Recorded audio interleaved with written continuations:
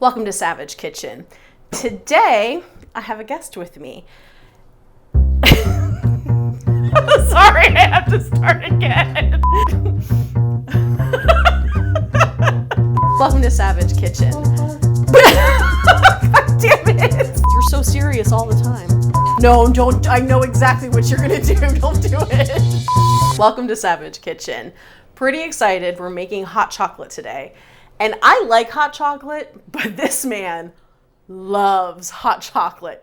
So I asked him to come be a guest, and we are doing a hot chocolate lab. We're gonna try a variety of different hot chocolates, sort of like an evolution, I would say. Yeah. And start with our very misguided hot chocolates from our youth and evolve into something awesome. But I think the best part is that we're gonna set things on fire. Yeah.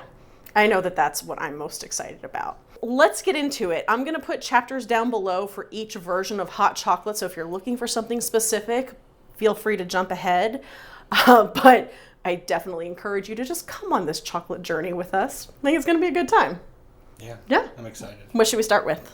Why don't we start with our childhood hot chocolate? Okay, ladle as much as you would like.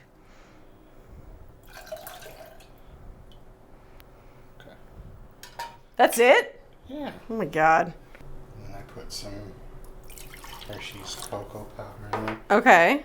The key is the Hershey's chocolate syrup. Oh my God. Oh my. Are you kidding me? And then you want to mix it up. That is just your. You did not. We'll never know. But I am going to drink this. Ugh. I have a cup of milk. There's probably 10 ounces in here. And then I would do a reasonable amount. So you're going to live longer than I do. Would clearly not be as happy. And then the jet puffed marshmallows Uh-huh. are very important. I can't believe. I gotta taste that. It's like a warm hot fudge sundae. This feels so inadequate next to this now. Yeah, I would agree. Love in a cup. All right, I gotta try this. Mm-hmm. Love in a cup. Diabetes in a cup. Yeah, well, they're one and the same. It's actually not bad. The good It's news distinctly is you can actually Hershey's. stay awake for about 3 days on one cup, so it works out pretty Yeah, well. does it come with a defibrillator? You know what I love about that too? So in my childhood, the other thing I loved was Ovaltine as a kid. Oh, The thing I love about Ovaltine is how you could never dissolve all of it. And so then you would get get like the the little- powder explosion. Okay, childhood hot cocoa. Clearly we were both abused as children. Our mothers are gonna see this and be like, I never did that. Sorry, Mom. I think what I drank as a kid had less milk. All right, so after that first experiment, which was Which I amazing. still need Yeah. water, maybe a priest. So this is kind of the more refined version of... Shocking, you can be refined from that. I use brown sugar instead of regular granule sugar just because it has a different flavor and it caramelizes a little bit differently. Okay. So we've got, basically in here, we have a cup. This is to make one mug. Okay. But we've got a cup of warm milk. We've got 2 tablespoons of Hershey cocoa powder, 1.5 tablespoons of brown sugar, and a tablespoon of heavy cream and a 1/4 teaspoon of vanilla extract. So what does the cream do? Does that Cream just... just kind of thickens it a little bit. It's kind of that idea of like when you're a kid and you're drinking it with water, it just tends to... So it makes it to me, richer. it's very watery, and I Yeah. just like it a little bit thicker.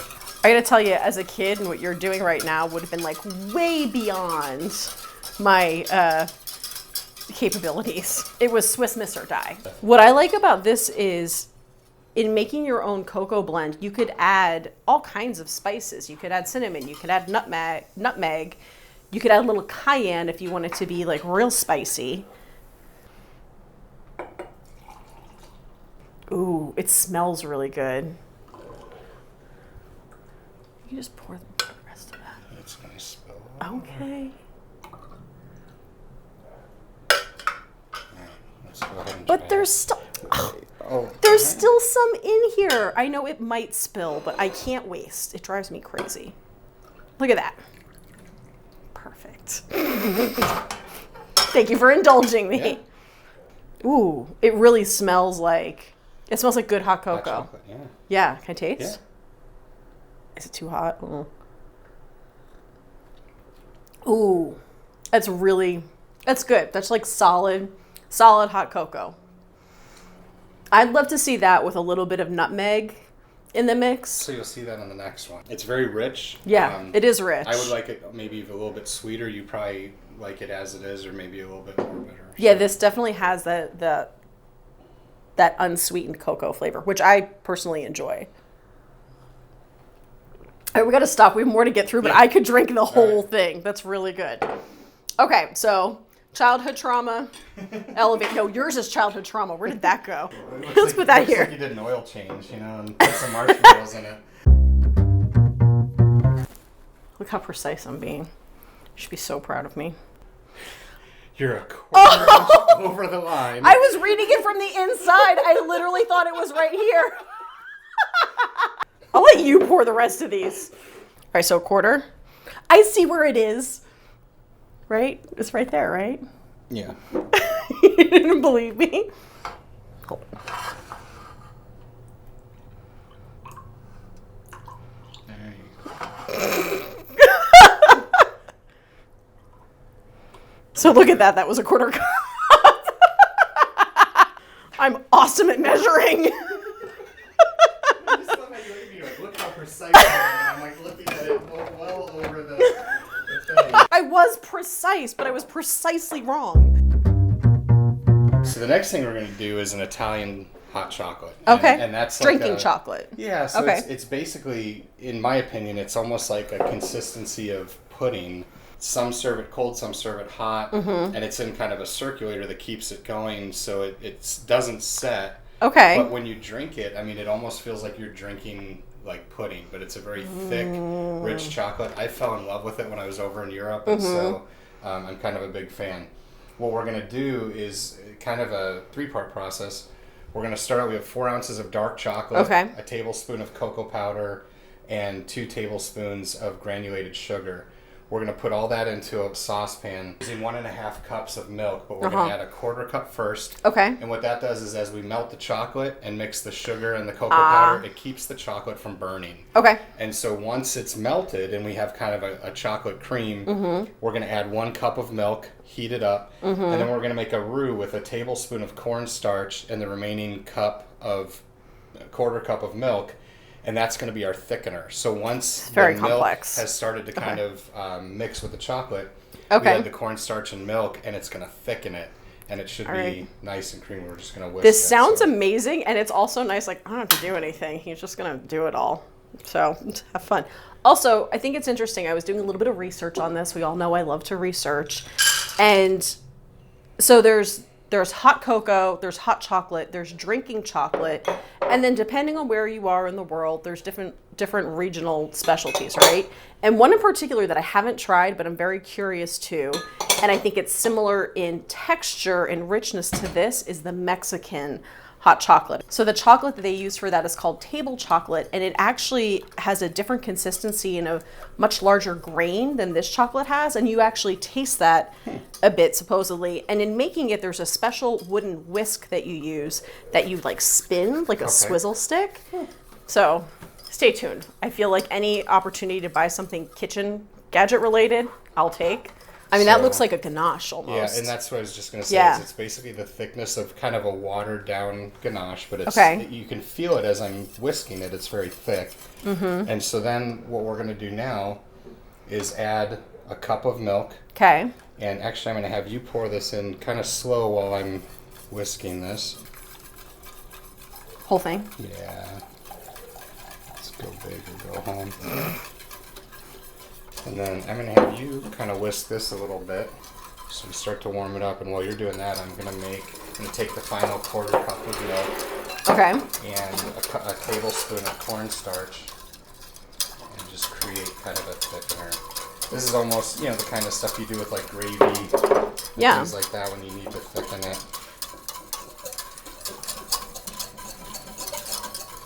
So now we're going to put this in. Okay. Actually, I'll steal the big whisk from you. And what I'm going to do is just kind of pour it in and again just kind of keep whisking it. You guys see me drinking out of my 98 Fund mug. Jason has his also. This is our palate cleanser of water, I would say, with all of this sweetness. But specifically, we wanted to use these beautiful mugs made by a classmate of yours. So why don't you tell us about Aaron and these 98 Fund mugs? The 98 Fund is a veteran-based charity that I sit on the board of directors for. It was started by a group of my classmates from the West Point class of 1998, hence the term 98 Fund. And our primary focus right now we have 3 pillars that we focus on. One is what we call the Alaska Project, which is a mentor-led, veteran-based retreat out in the wilderness of Alaska. Mm-hmm. Jess has helped make a couple videos for us. You may have seen them on her channel, her other channel. For those of you that don't know, this is not my real job.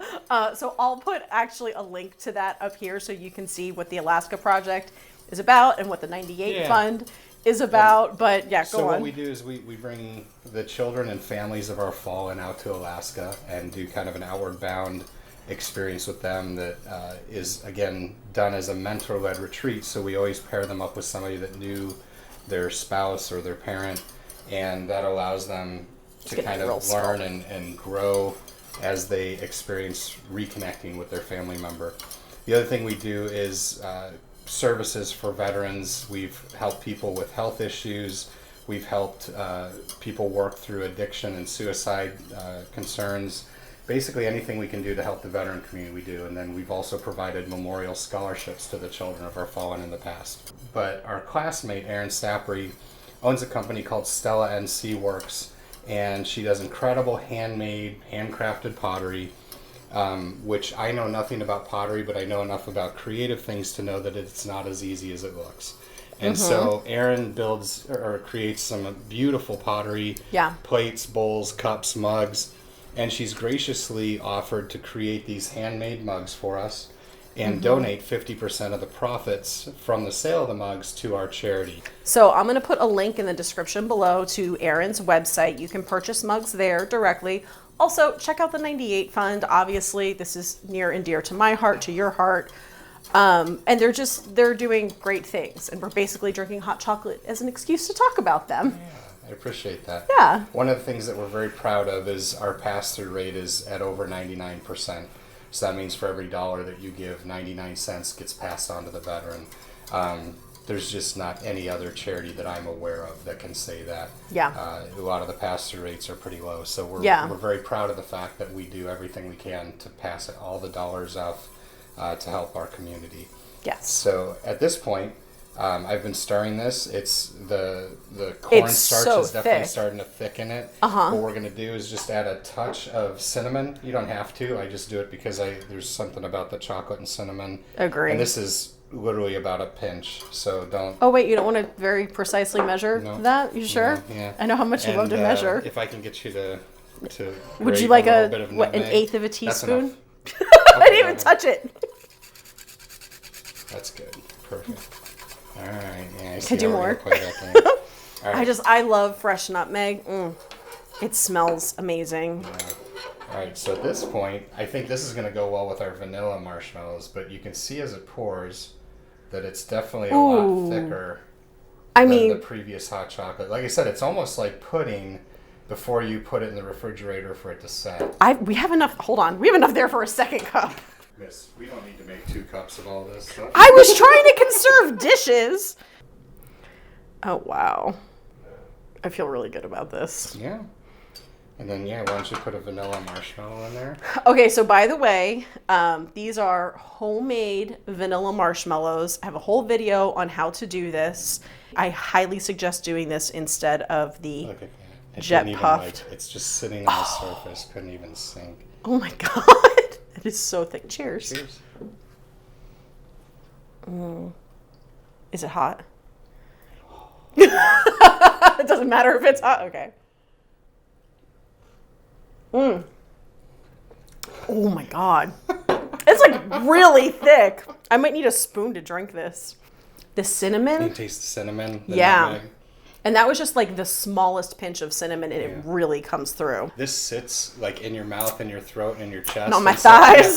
So it's like you feel instantly warm. It is. It's like I feel, because it's sticking to the insides. I do. I feel it all the way down. It's delicious. Yeah, it's incredible. Wow. Okay. I kind of don't want to do anything else, but we still have fire.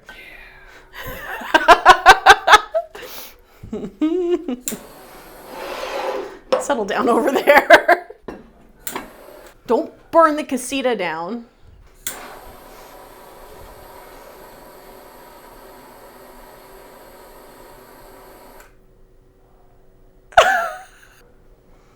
What are you doing? Okay.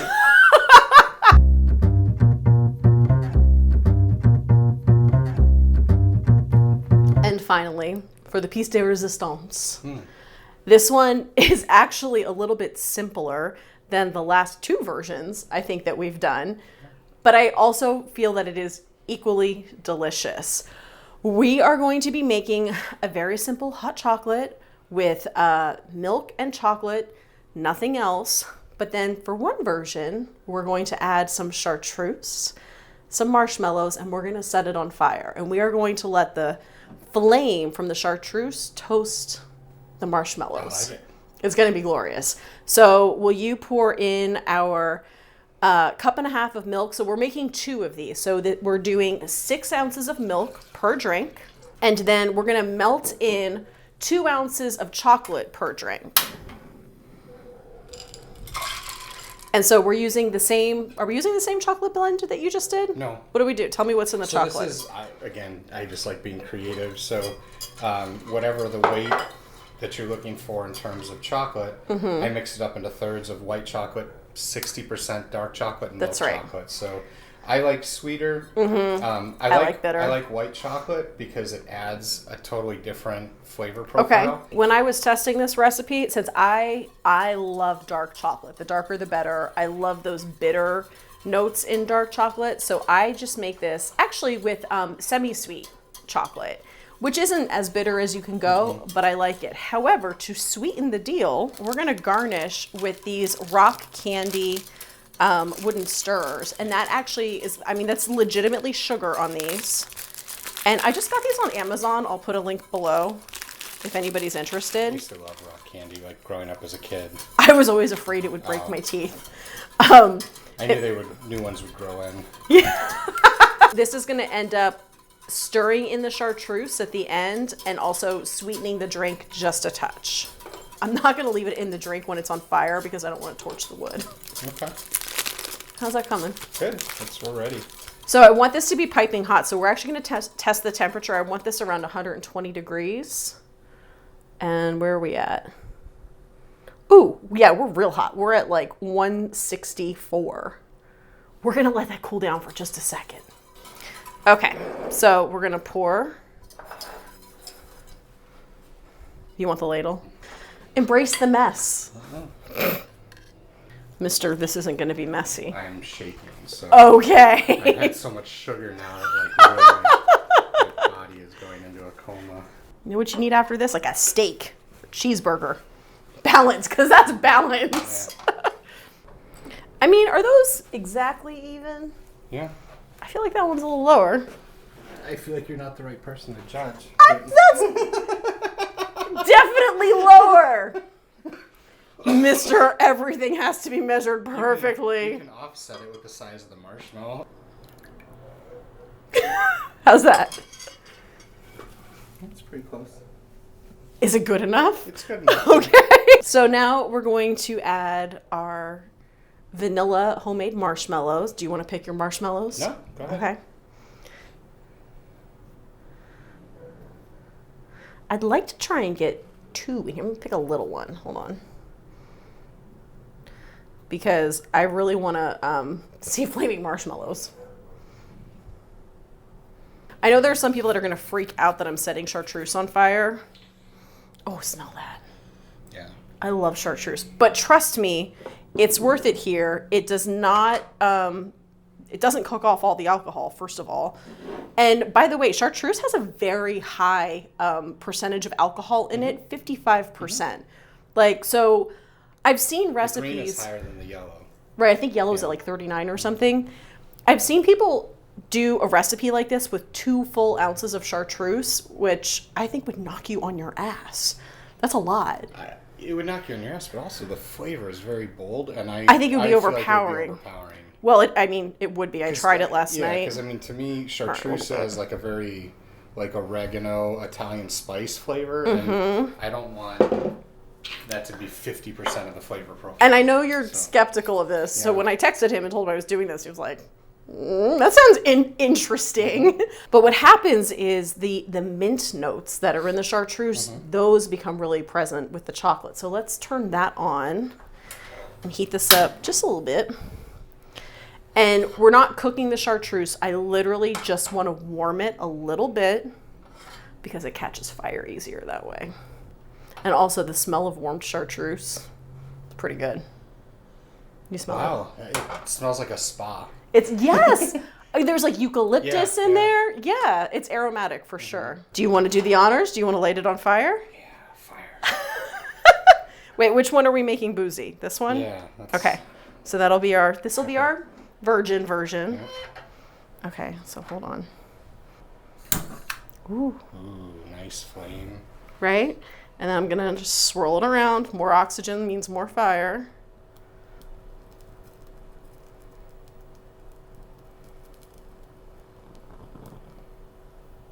I'm impressed. I know. Right? And now we're just going to take our rock candy and give this a swirl because I don't want the chartreuse to just sit on top of the chocolate. It needs to be incorporated into the drink. Oh, look how melty those marshmallows got. They didn't get as toasted as I would have liked. I know. I think that's because this cup is too small. The cup I was using last night was a lot wider. All right, give it a try. I have no idea what to expect.